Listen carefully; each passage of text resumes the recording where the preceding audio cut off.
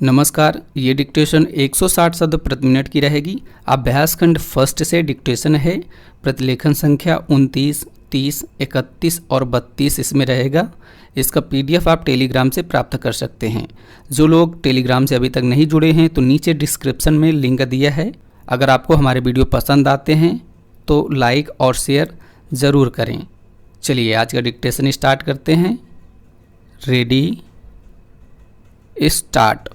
महोदय, मैं दिल्ली के संबंध में भी कुछ कहना चाहता हूं। अब दिल्ली चूंकि केंद्र शासित क्षेत्र है और दिल्ली को केंद्र शासित क्षेत्र माना गया है, तो स्वभावतः दिल्ली वालों को यह आशा थी कि केंद्र से शासित होने से यहाँ पर उन्नति होगी और यहाँ के लोगों को कुछ सुविधा मिलेगी, संतोष प्राप्त होगा। किंतु मैं यह देख रहा हूँ और लोगों में भी यह भावना बढ़ती जा रही है कि जब से यह केंद्र शासित क्षेत्र हुआ है तब से शासन में निरंकुशता आने लगी है और लोगों की ओर ध्यान कम दिया जाने लगा है। इसलिए मैं यह कहना चाहता हूँ कि दिल्ली प्रशासन के पुनर्गठन के ऊपर पुनः जोर दिया जाना चाहिए और हो सके तो उसके लिए एक समिति बैठा दी जाए और उसके लिए सोचा जाए कि दिल्ली का प्रशासन किस तरह का होना चाहिए। मैं चाहता हूं दिल्ली के प्रशासन के संबंध में आप विचार करें।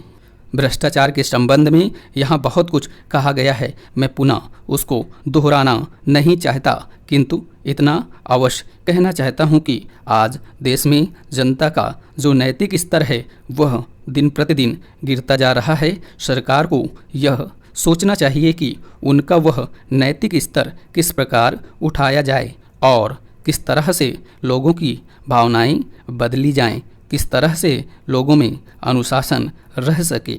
इसके लिए सोचना अत्यंत आवश्यक है। हम जब भ्रष्टाचार की बात करते हैं तब यह तो सभी मानते हैं कि भ्रष्टाचार है, इसमें कोई दो राय नहीं है कि भ्रष्टाचार मौजूद है। छोटे से अधिकारी से लेकर बड़े अधिकारी तक यह फैला हुआ है। भ्रष्टाचार केवल प्रशासन में है ऐसी बात नहीं है, वरन यह लोगों में भी फैला हुआ है। जब करों की अदायगी का प्रश्न आता है तब लोग दो खाते बना लेते हैं और आयकर की चोरी करने का प्रयत्न करते हैं और कर से बचने के लिए भ्रष्टाचार करते हैं।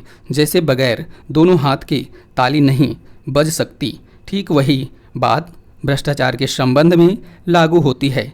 भ्रष्टाचार के निवारण के लिए जितना अधिकारियों का कर्तव्य है उतना ही कर्तव्य जनता का है। अधिकारियों को तो सतर्क रहना ही चाहिए, क्योंकि यह जो संसद है वह कानून बनाकर उनके हाथों में दे देती है। उसका कार्यान्वयन करने के लिए जनता और नौकरशाही को सहयोग से कार्य करना चाहिए। महोदय, प्रशासन का यह कर्तव्य हो जाता है कि वह सतर्क रहे और अधिकारी लोग अपने को निष्पक्ष रखें, किंतु जो जनता के अंदर एक गिरावट आती जा रही है वह भी एक देखने की बात है। इसलिए मैं चाहता हूं कि सरकार कोई ऐसा प्रयत्न करे जिससे कि भ्रष्टाचार को रोकने के लिए जो लोगों का नैतिक स्तर ऊंचा होना आवश्यक है उसको ऊंचा किया जा सके। उसके लिए जो भी वह कर सके करें। मुझे कहना तो बहुत कुछ था, लेकिन चूंकि मेरा समय समाप्त हो गया है मैं अब और कुछ नहीं कहूँगा महोदय। इसलिए मैं माननीय रक्षा मंत्री महोदय का ध्यान इतिहास की उस चेतावनी की ओर दिलाना चाहता हूँ कि हिमालय की चोटी पर जिसका अधिकार रहा है उसका गंगा और यमुना के मैदान पर भी अधिकार रहा है। हम इस आशा में नहीं रह सकते कि हम दुश्मन को हिमालय की चोटी से उतरने दें और फिर मैदान में उसका मुकाबला करें। मुझे याद है कि कुछ वर्ष पहले प्रधानमंत्री जी ने बड़ी दृढ़ता के साथ यह कहा था कि हम हिमालय को दहेज के रूप में नहीं दे देना चाहते और यह नहीं कहना चाहते कि साहब आप टहलते हुए यहाँ आ जाइए।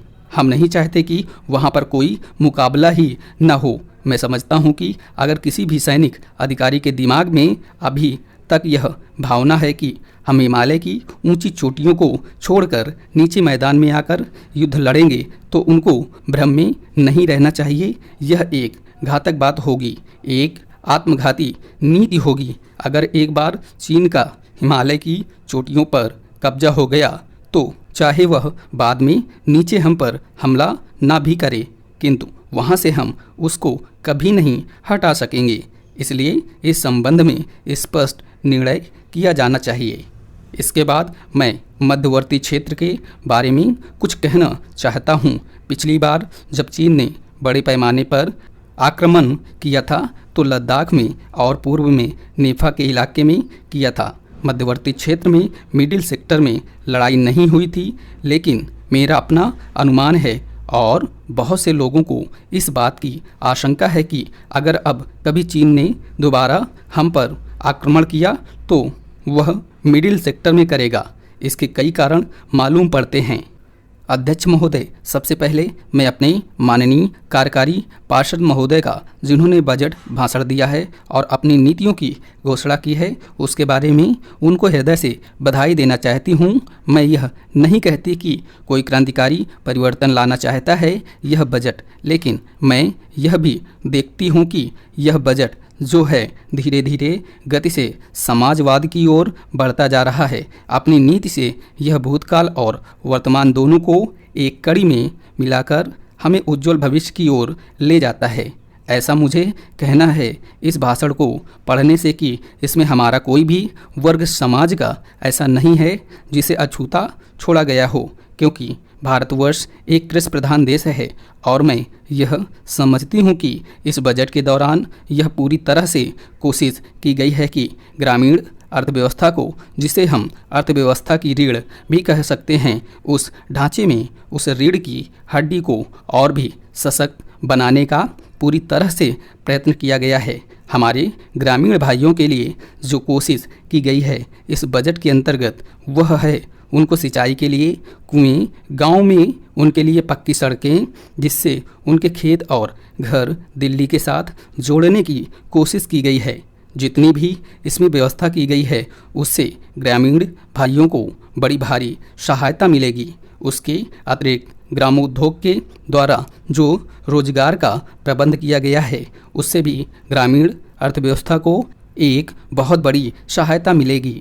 मैं इनका ध्यान इस ओर दिलाना चाहूँगी कि जहाँ तक शिक्षा का संबंध है इस बजट में कोई विशेष प्रावधान नहीं किया गया है। मैं यह नहीं कहती कि शिक्षा के दौरान ज़्यादा स्कूल न खोले जाएं, पर हमारी यह नीति होनी चाहिए कि भले ही स्कूल थोड़े खोले जाएं, पर सबसे बड़ी आवश्यकता इस बात की है कि शिक्षा की नीति में परिवर्तन की ज़्यादा आवश्यकता है, क्योंकि हम प्रजातंत्र में रहते हैं। प्रजातंत्र को अगर हमें सफल बनाना है तो सबसे पहले हमें ऐसे नागरिक चाहिए जिन्हें अपने अधिकारों और अपने कर्तव्यों का भलीभांति ज्ञान हो। शिक्षा की वर्तमान नीति से हम अपने अधिकारों के प्रति ज़्यादा सजग होंगे और कर्तव्यों के प्रति बिल्कुल सजग नहीं होंगे।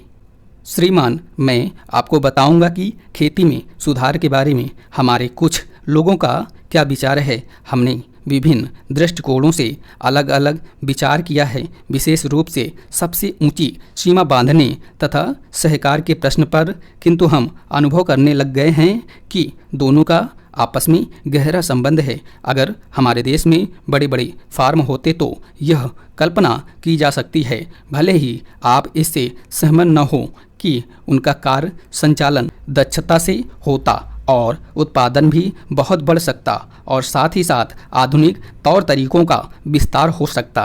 भारत की मूल समस्या यह है कि यहाँ जोत की भूमि छोटी है और टुकड़ों में बटी है। साधारण तौर पर मैं कहूँ कि यह 1, 2 या 3 एकड़ है। इतनी छोटी जोत की भूमियों से हमारे किसान केवल अपना काम भर चला सकते हैं, लेकिन आधुनिक तौर तरीकों को अपनाने में बहुत कम प्रगति करेंगे। अब सबसे ऊंची सीमा बांध देने से ऐसा भी हो सकता है कि कुछ एक जो बड़े फार्म हैं उनमें काट छांट हो, जो कि प्रयोजन भी है। अगर आप चाहते हैं कि प्रगति हो और आधुनिक तौर तरीकों का प्रचलन हो, तब तो ये जो अनगिनत छोटे छोटे फार्म हैं इनको सहकारी ढंग से चलाना है, जिससे कि वे आधुनिक उपायों का लाभ उठा सकें। सहकारी ढंग से कार्य करने से मेरा मतलब है विविध प्रकार से सहयोग देना। हम सोचते हैं कि पहला कदम सहकार होना चाहिए और ऋण के अलावा अन्य कई प्रकार से भी सहायता की जा सकती है, जैसे वस्तुओं को खरीदना और बेचना, बीज, खाद तथा इसी प्रकार की वस्तुओं को दिलाना। दूसरा कदम है धीरे धीरे बीच वाले आदमी को हटा देना। फिर दूसरी स्थिति आती है जिसको मिलजुल कर खेती करना कहते हैं, यद्यपि उसमें भूमि पर अधिकार बना रहता है। इस प्रकार का हमारा दृष्टिकोण है जिससे अधिक से अधिक सीमा की समस्या को सहकारों से अधिक से अधिक जोड़ा जा सके, नहीं तो उत्पादन गिर जाने का भय है। यह एक जटिल समस्या है जिस पर मनन हो रहा है। सहकार से मेरा मतलब एक गांव के सहकार से है और ज़्यादा से ज़्यादा 2-3 गांव का सहकार भी हो सकता है यदि वे निकट से संबंधित है, लेकिन हमारी सरकार इनकी भरपूर सहायता करेगी। स्टॉप। दोस्तों, इस डिक्टेशन को ट्रांसक्राइब करके मिलान ज़रूर करें। अगर आप पहली बार विजिट किए हैं इस चैनल में तो सब्सक्राइब करके बेल आइकॉन ज़रूर प्रेस कीजिए और आप वीडियो को शेयर कर सकते हैं अपने दोस्तों के साथ।